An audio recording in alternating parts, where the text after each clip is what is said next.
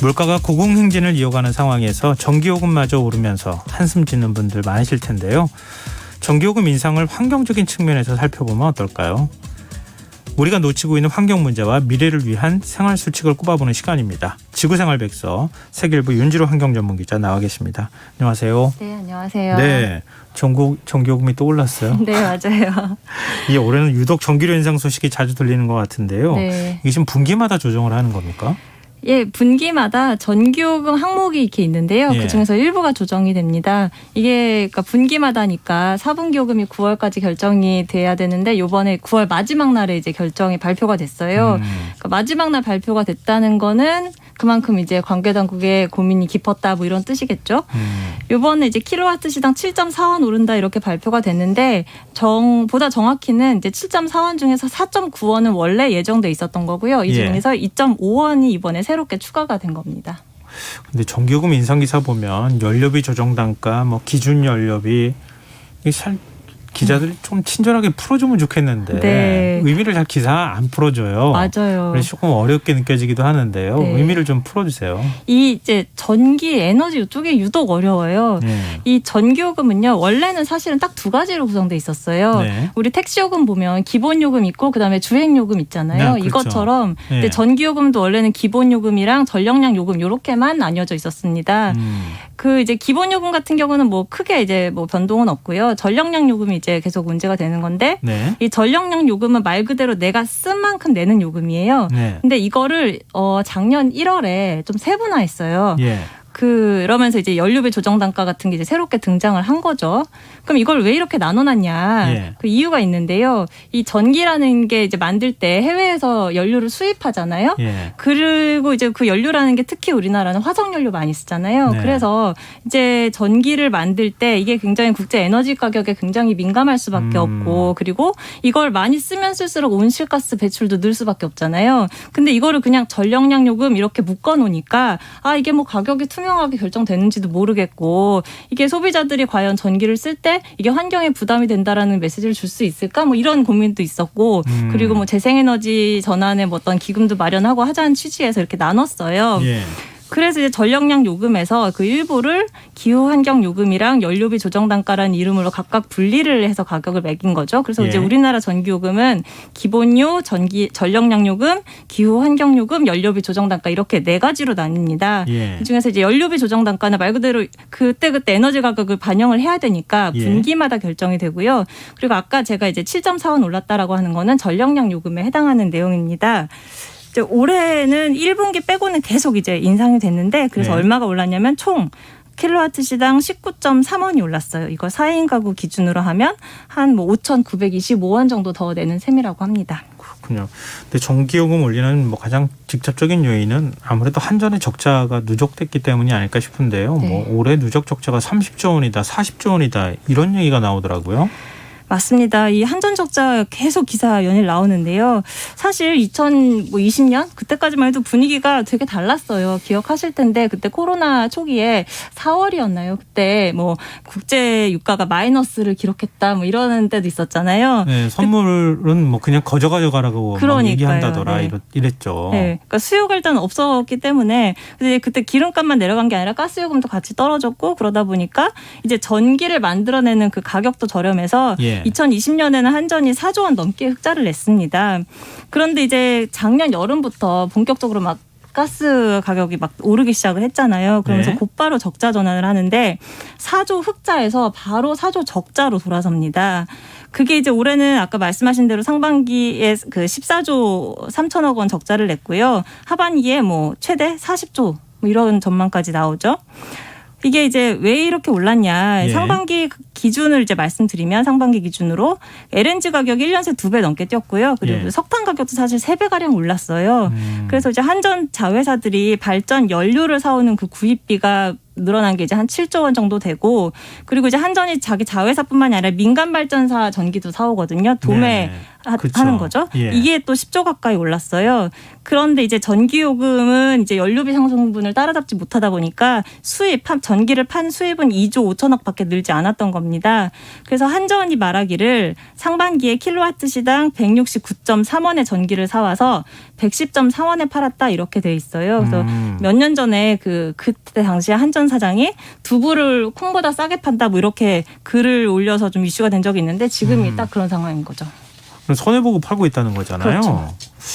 왜 이런 일이 벌어진 겁니까? 그러니까 전기요금 올리면은 국민들 부담이 커지니 정부가 통제하면서 전기요금 못 올리게 하기 때문인 거예요? 그게 그쵸.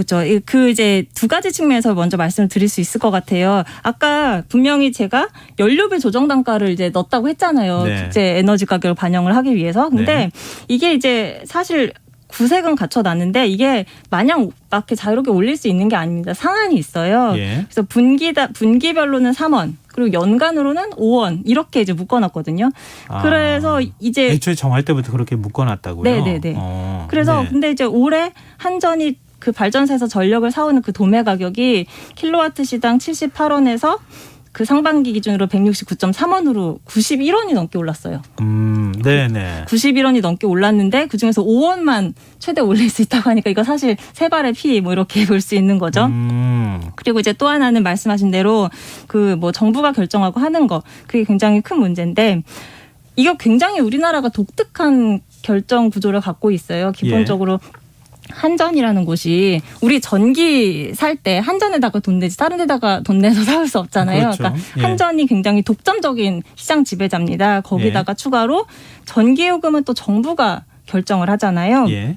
근데 이렇게 시장이 독점돼 있고 정부가 가격을 결정하는 거는 우리나라에서만 볼 수 있는 거예요. 그러다 보니까 이 전기요금에 자꾸 정치 논리가 개입이 됩니다. 뭐 선거철 다가오면 전기요금 깎아준다든지 아니면 인상 요인이 있는데 묶어둔다든지 뭐 이런 게 대표적이죠. 그래서 네. 이제 우리나라가 뭐 OECD 중에서 전기요금이 최하이다 이런 얘기 많이 들으셨을 텐데 이제 그런 요인이 있고요. 그리고 여기다가 이제 비슷한 이유로 계속 이제 뭔가 이렇게 깎아주는 그런 요금이 들어오는 거는 뭐 교육용이라든가 농사용이라든가 이런 거죠.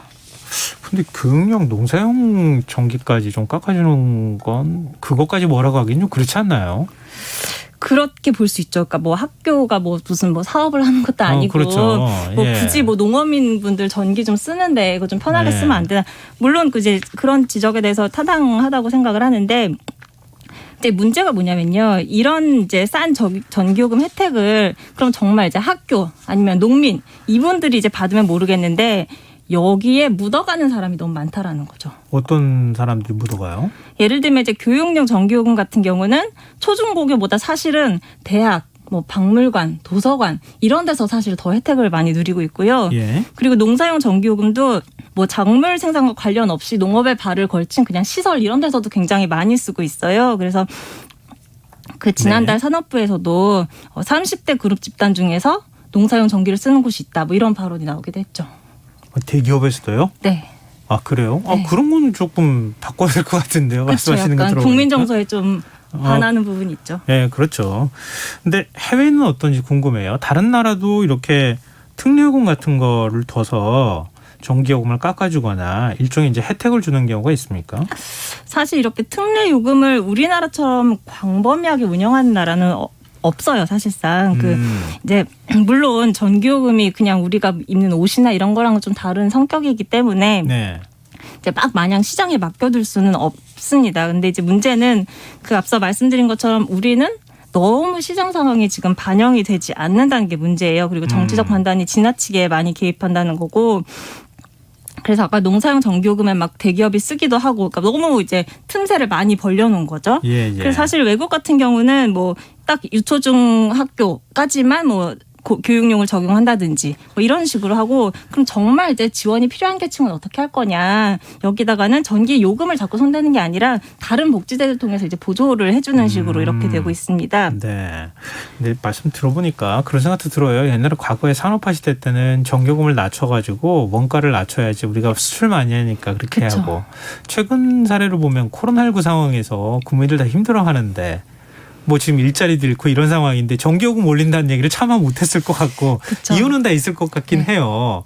근데 말씀하셨던 것처럼 세계적인 추세나 이런 걸로 보면 연료비에 연동해가지고 전기요금이 올라가게 한다거나 이런 방식으로 좀 투명하게 바뀌어야 되는 것 아니냐 이런 지적은 계속 나오는 것 같고요. 또 그 용 기자도 계속 그 얘기를 지금 하신 거잖아요. 네.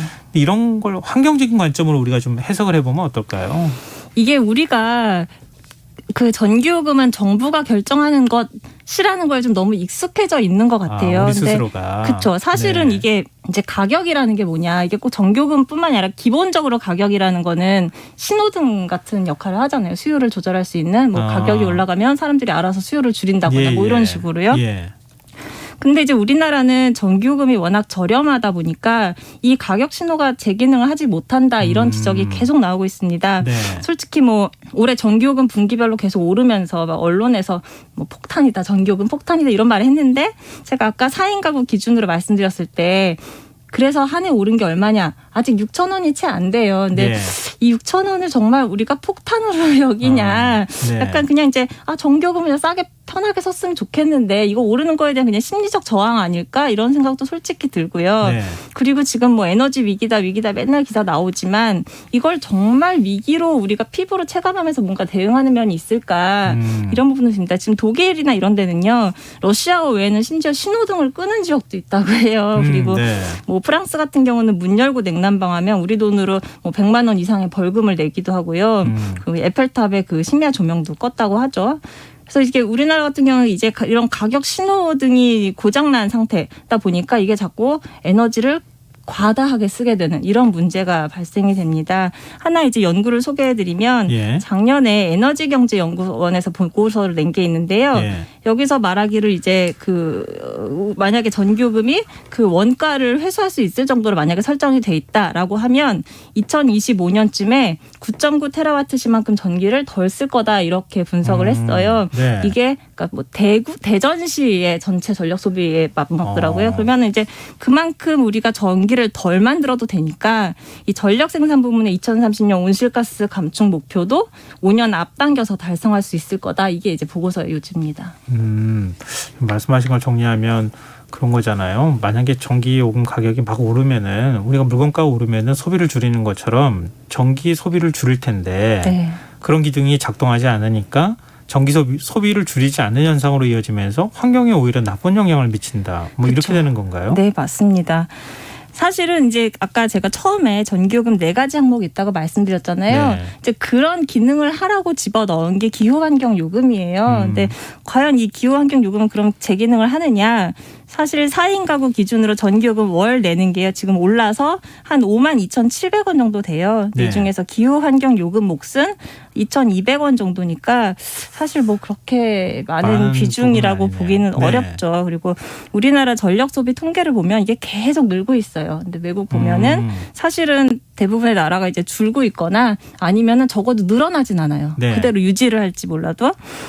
특히 우리나라는 전체 온실가스의 35%가 전기 만들어내느라고 나오거든요. 네. 그래서 사실은 이렇게 계속 전기요금을 억누르면서 이렇게 싼 전기 싸고 편하게 쓰십시오라는 신호를 줬던 게 과연 지금 이제 앞으로도 계속 맞느냐 이런 고민은 좀 필요해 보입니다.